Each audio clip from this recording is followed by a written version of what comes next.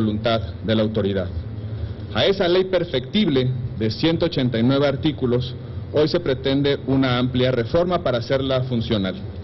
La iniciativa presentada hace unas semanas, que hoy se discute en el Senado de la República, prevé modificaciones a 140 artículos de esos 189, una cirugía mayor para corregir sus evidentes defectos.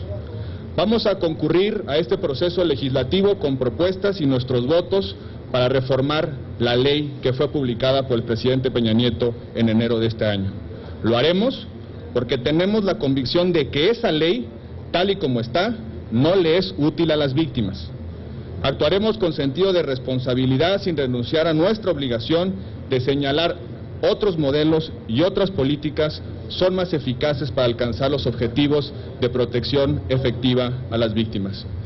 Hoy el Grupo Parlamentario de Acción Nacional propone un paquete de iniciativas y propuestas en el entendido de que el compromiso con las víctimas no estará satisfecho hasta que no sea la ley el mecanismo que permita superar la vulnerabilidad que padecen las víctimas. Lo que hoy proponemos mantiene el espíritu de protección del Estado, sin embargo, brinda mejores mecanismos, más ordenados, más transparentes para procesar el dolor de quienes han sido victimizados. Estas iniciativas tienen tres principales mejorías con respecto tanto a la ley vigente como a la iniciativa que se ha presentado. En primer lugar, distingue con claridad a las víctimas de la comisión de cualquier delito de las víctimas de la violación de derechos humanos a cargo de agentes del Estado. Y esa distinción no es menor, porque el grado de protección a cargo del Estado depende justamente del origen de la victimización. En el caso de las víctimas de los delitos, establecemos la responsabilidad directa de las autoridades locales para que establezcan fondos presupuestales y se hagan cargo de la atención, la ayuda y los apoyos a las víctimas del orden común. 9 de cada 10 delitos se cometen en el orden común, delitos que tienen que ver con la vida, la integridad física y la libertad, justamente los bienes que protege la Ley General de Víctimas. En segundo lugar, nuestra iniciativa establece plazos puntuales para dar respuesta a las solicitudes de las víctimas. La ley vigente y las propuestas de reforma a esa misma ley no establecen plazo para que las víctimas reciban la atención, el apoyo o la ayuda del Estado. Podrán pasar días, semanas o meses sin que la autoridad reciba la atención debida y proporcional a su estado de vulnerabilidad. Nuestras propuestas establecen los mecanismos con plazos ciertos y determinados para que la víctima reciba en 5 días hábiles la atención que merece su propia circunstancia. En tercer lugar, la ley vigente y la iniciativa presentada hace unas semanas no establece ni prevé mecanismos para dar cumplimiento a resoluciones de órganos o tribunales de carácter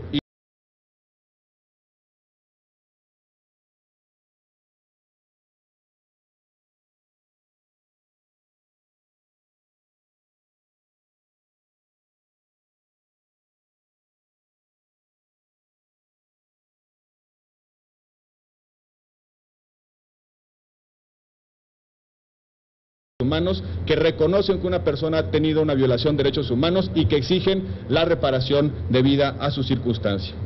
Este paquete de iniciativas viene a presentar un modelo alternativo, un modelo que establece claramente las responsabilidades del Estado, un modelo que no deja ni abre espacio a la impunidad, un modelo que establece responsabilidades claras para los gobernadores que tienen la responsabilidad directa de combatir 9 de cada 10 delitos.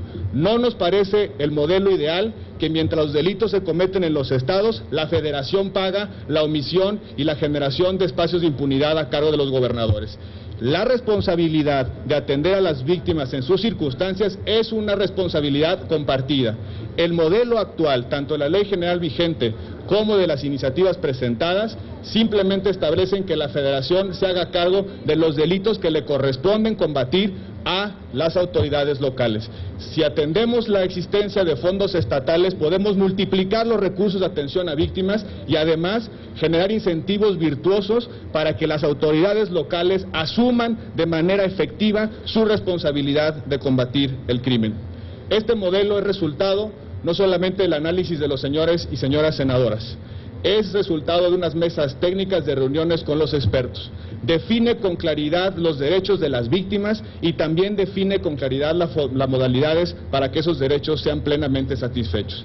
Las iniciativas que hemos presentado, de las cuales emanan propuestas concretas, es a nuestro juicio el mejor modelo para resolver de manera definitiva el dolor que padecen las víctimas en nuestro país. Estamos a sus órdenes para sus preguntas y comentarios.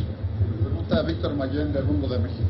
Senador, yo quiero preguntarle si, aún con estas 140 modificaciones o enmiendas a la ley vigente, la ley sería todavía poco funcional. Y la segunda, si apelarían a la sensibilidad del PRI y del PRD para que aceptaran estas propuestas que van a hacer hoy, toda vez que en la tarde hay reunión de comisiones para discutir esta ley con el propósito de llevarla al Pleno a más tardar mañana. Si se aprueba en sus términos la iniciativa tal y como fue presentada, con esas modificaciones a 140 artículos, seguiríamos teniendo problemas como los siguientes. Una víctima no tendría una definición de tiempos para tener satisfecho su derecho. Podría esperar semanas, meses, sin que nada pudiera salvaguardar ese derecho. Depende de la voluntad de la autoridad. No solamente eso, si la resolución de la autoridad que proteja a las víctimas es en sentido negativo, la ley y la iniciativa no prevé ningún mecanismo de defensa para la víctima. Nosotros prevemos un plazo para que se le responda, pero también la posibilidad de acudir al juicio de amparo frente a la negativa o a la respuesta insatisfactoria por parte de la autoridad. Nosotros también prevemos que existan fondos estatales para multiplicar los recursos. Si se aprueba en sus términos la iniciativa tal y como fue presentada, el día que se acaben los fondos presupuestales, los 500 millones de pesos que ordena la ley, las víctimas que no llegaron a tiempo para cobrar ese recurso simplemente quedan en igual vulnerabilidad. Nuestro mecanismo de fondos duales, fondos estatales a cargo de las entidades locales, de las entidades federativas, para atender delitos del orden común y violaciones a derechos humanos cometidos por servidores públicos del orden local, más el fondo federal, no solamente, insisto, multiplica los recursos, sino también permite que haya la posibilidad de que cada víctima pueda ser atendida en su propia circunstancia. Solo pongo algunos de los ejemplos más dramáticos de esta iniciativa. Creemos que nuestras iniciativas presentan un modelo más completo, más coherente, más eficaz y sobre todo económicamente solvente, para que a ninguna víctima le salgan con el San Benito de que ya no hay recursos para atender su propia circunstancia. ¿Alguna pregunta más? ¿No? Leticia Robles, de Excelsior. Senadores, muy buenos días.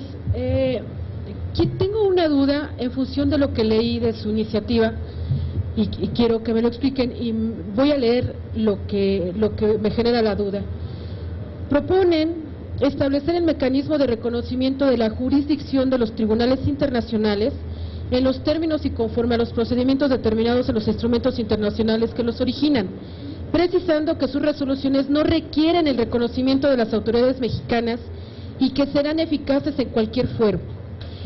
La pregunta que tengo es, en estos momentos hay una demanda ciudadana en un tribunal internacional en contra del expresidente Felipe Calderón lo acusan de generar los homicidios del crimen organizado. Este tipo de propuestas perjudicarían a figuras como la del expresidente Calderón, porque es un organismo internacional. México está suscrito a ese tipo de cosas. Si ellos fallaran en contra del expresidente Calderón, ¿esto aplicaría? Esa es mi primera duda. Y la segunda, ¿ustedes entonces definitivamente van a votar en contra de lo que se está procesando en las comisiones en este momento y que tiene el consenso del resto de las fuerzas políticas y de las organizaciones sociales? Gracias. En primer lugar, permíteme aclararle que no existe en ninguna instancia internacional un proceso de carácter jurídico abierto en contra del presidente Felipe Calderón o de sus funcionarios. Eso es una primera aclaración que hay que hacer de manera enfática.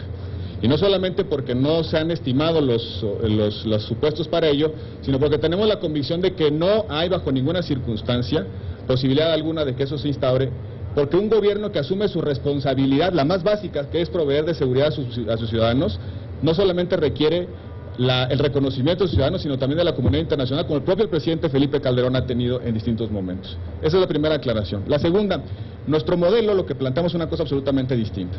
Piense usted, por ejemplo, en los campesinos ecologistas o en los familiares de las personas desaparecidas que han ganado resoluciones en tribunales internacionales. Vienen con su resolución de tratados internacionales, de organismos internacionales, a ver quién les hace caso. Porque ni existen los fondos presupuestales, ni existen los mecanismos, ni existe la obligación de las autoridades que han sido mencionadas en la demanda o en la resolución para acatar el fallo. Justamente lo que nosotros proponemos son mecanismos a nivel constitucional para que a través de sistemas de coordinación cada autoridad responsable asuma la tarea que el organismo internacional le exigió en una resolución a un caso particular de violación de derechos humanos. Hoy en día eso no existe. Por ejemplo, el caso Radilla se tuvo que resolver de manera un poco casuística en la Suprema Corte de Justicia. Nuestro modelo establece las formas y modalidades a través de las cuales cada resolución de organismos internacionales que ampara y protege a una persona por violación de derechos humanos tenga un cauce institucional en el orden jurídico nacional y haya una autoridad que responda frente a esa resolución. Sobre el voto que van a dar. Como lo hemos dicho, vamos a concurrir a la deliberación, tanto en comisiones como en el Pleno, con propuestas muy concretas. No solamente plantearemos nuestro modelo, y de nuestro modelo surgirán esas propuestas, sino también vamos a defender que hay otra política de Estado posible y que hay otra política de Estado más eficaz. Nosotros hacemos un llamado a los grupos parlamentarios del PRI y del PRD a que recojan con apertura nuestras propuestas. La ley es perfectible si nos escuchamos todos y si asumimos que otros grupos parlamentarios o otras fuerzas políticas también pueden tener parte de verdad en una política de Estado. Muchísimas gracias.